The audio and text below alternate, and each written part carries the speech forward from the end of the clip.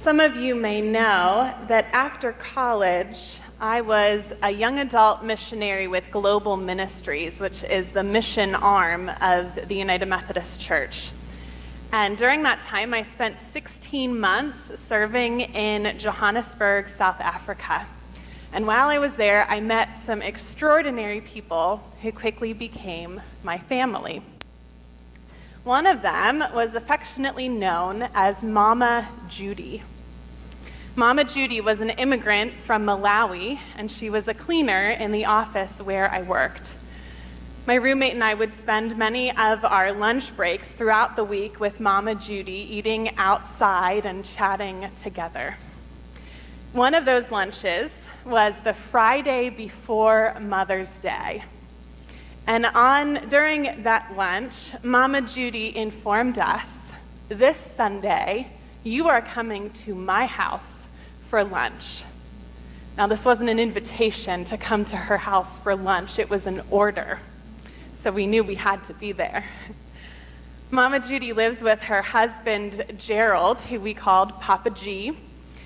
And Mama Judy and Papa G have two children, Priscilla and Prince, who were both in elementary school at the time. And their family lives as caretakers on a plot of land for a South African family.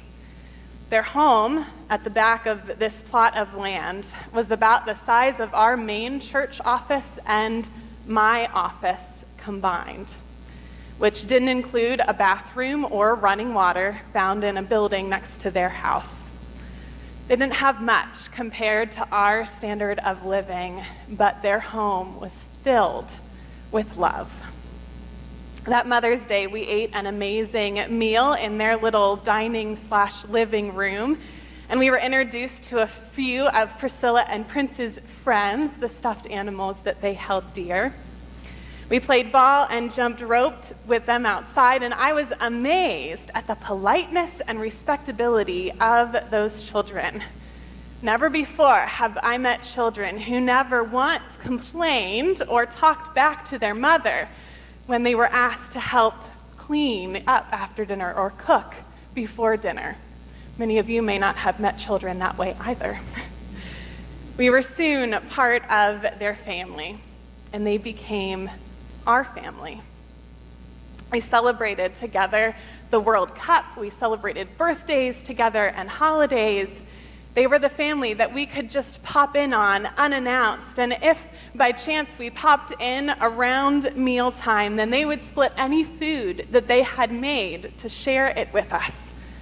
There was always enough food. There was always stories and laughter to share. I wonder if any of you have ever been treated with that kind of hospitality. Have you ever been welcomed into the home of someone who wasn't family, but who automatically made you feel like you were part of their family? We're continuing on in our series today, focused on Jesus' healing stories in the Gospel of Mark.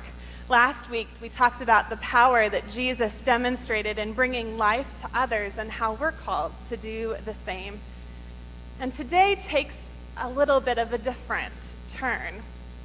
Just before our reading, Jesus visits his hometown, and he receives a very unlikely welcome. He's teaching in the synagogues, and his disciples and everyone is astounded by what he's saying, that they don't even believe him. It's like they know too much about his normalcy from watching him grow up that they don't believe anything that he says or any act of healing that he performs. Because of this, he can't really do much of anything, and so he decides to just go on his way. And so that brings us to our scripture for today when we hear the mission of the 12 disciples. He's been grooming this group for the last few chapters of Mark since calling them to join him, and now is their chance to go out to spread the good news. But here's where things get interesting. I'd like for all of you to just take a moment to imagine that you are part of the group of this 12. Just imagine that you're receiving these instructions. Perhaps you're ready to go out on a mission trip yourself or to go out and serve somewhere in town. And imagine hearing these 4 instructions from Jesus. The first one is to go out in pairs. The second is to don't take anything with you except for a walking stick or a staff. Don't take any food, any bag, no money whatsoever. So that means that if you're, somewhere that's pretty cool and you find some souvenirs that you'd like to take home, well, then that's just too bad. You're going to have to resist. You're not even allowed to bring a change of clothes. The third instruction is when you're welcomed into someone's home, then stay there until you leave, because now you are dependent on the kindness of strangers. And the fourth one, final one, is if you are not welcomed somewhere, just shake the dust off and continue on your way. Now, I'm not sure how I would feel about these instructions if I were one of the 12. I mean, going out in pairs, I'm very cool with. I am good with the buddy system. Not taking anything with me, though, that might be a little more difficult, but I could somehow manage. But relying on the kindness of strangers, or just moving on from someone who rejected me, that's a little more difficult. I might be the one that's begging Jesus just to spare a few more funds for us to maybe stay at a motel or a campground along the way. And I just don't know if anyone is really good at being rejected. But let's just dig a little bit deeper here. In this first century world, as you already know, there weren't restaurants or hotels along the way. The Palestine of Jesus' life didn't look like Route 11 right outside our doors, complete with anything that a traveler would need for an overnight stop. Travel was impossible back then without assuming that one would receive hospitality along the way. It was normal for someone to open up their home to a stranger. It was a custom to be expected of people to invite travelers who were passing through in for a meal or even to give them a place to stay in their house. And so I think the disciples wouldn't have a problem with relying on the kindness of strangers, but Jesus is making sure that they understand their need for hospitality. They couldn't fulfill the mission that Jesus had given him. They couldn't preach and teach and heal without the hospitality of strangers. They needed one another, and they needed community, even if that community came from people who were considered the other or completely different from them. Now, it didn't take me long to figure out that Mumsy is a very hospitable place. You all are very hospitable, and I love the ways that you care for every person that walks into our doors, no matter who they are or what they look like. I love that last week I saw several first-time visitor connect cards, including people who immediately wanted more information on how they can be connected to Mumsy. You all care for each other so well. You'll leave at a moment's notice to be with someone in need. And I've only been here officially for a week, and I've already seen the Spirit move through you in powerful ways when you welcome in other people.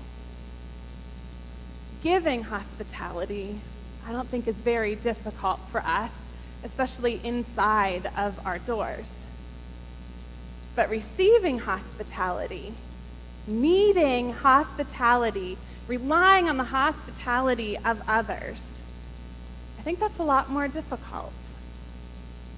I know that it's hard for me to admit when I need help, especially when it's from a stranger. I don't like getting lost and needing to stop and ask for directions. I'll do it if I'm desperate, but I'd rather try to figure it out myself, right? I don't like having to ask questions when I don't understand anything, because I don't want to seem like I don't know anything. I never want to be the person that burdens someone else. I'm getting better at this, but if I'm at someone's home and the host asks me if they can get me, something to drink or something to eat, my instinct response is, oh no, thank you, I'm fine, even if that's not completely true. One of my favorite biblical commentators, Caroline Lewis, writes about the difficulty of receiving hospitality in this way. She says, needing hospitality is a story that requires vulnerability and letting go. A story that gives up control and eases into risk. A story that anticipates rejection at every turn and yet gives witness to God's love regardless. I think it's difficult to be vulnerable. It's difficult to let go. But it's also necessary to be both of those things when doing God's work.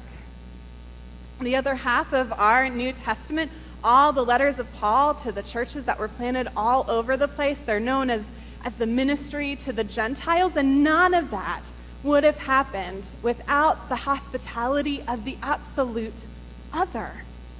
Their work depended on that.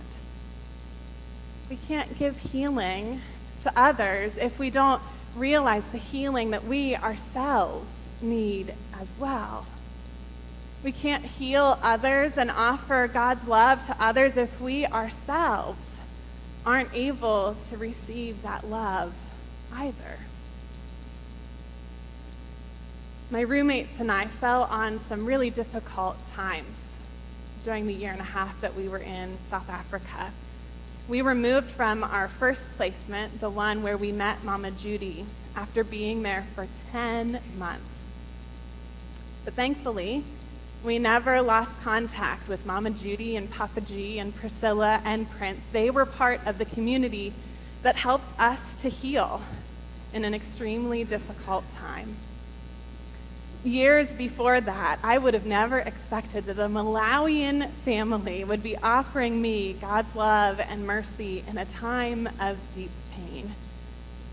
But I am so grateful that we weren't too prideful to receive their love, because I am who I am today because of the four of them. Friends, we need each other. We need each other more than money or material possessions or more than modern conveniences. That's why Jesus says to leave those at home. We need community. We need hospitality with one another, even the hospitality of strangers, even when that is so difficult. We weren't meant to do life alone. And we certainly can't be a follower of Christ alone either.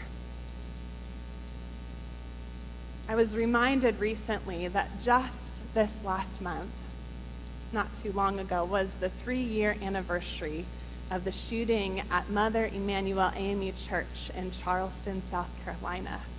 Many of you probably remember how 9 people were killed at a Bible study by white supremacist Dylan Roof, who was welcomed in warmly into an unsuspecting community that night.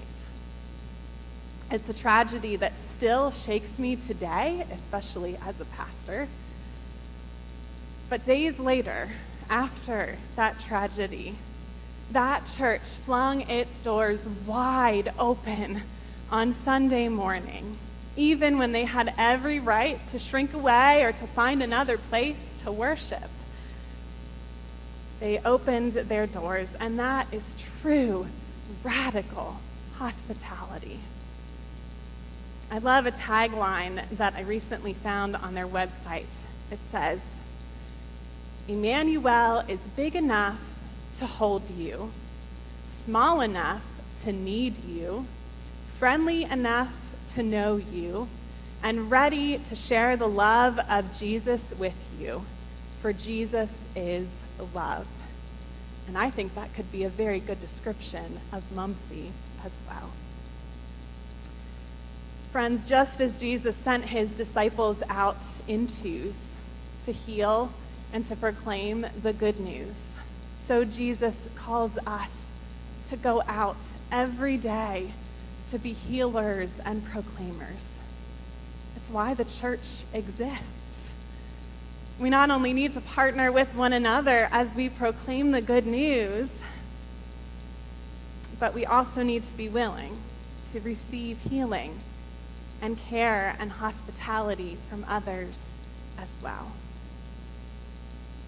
Are there perhaps places in your life today that may need a little more letting go or a little more of letting others in?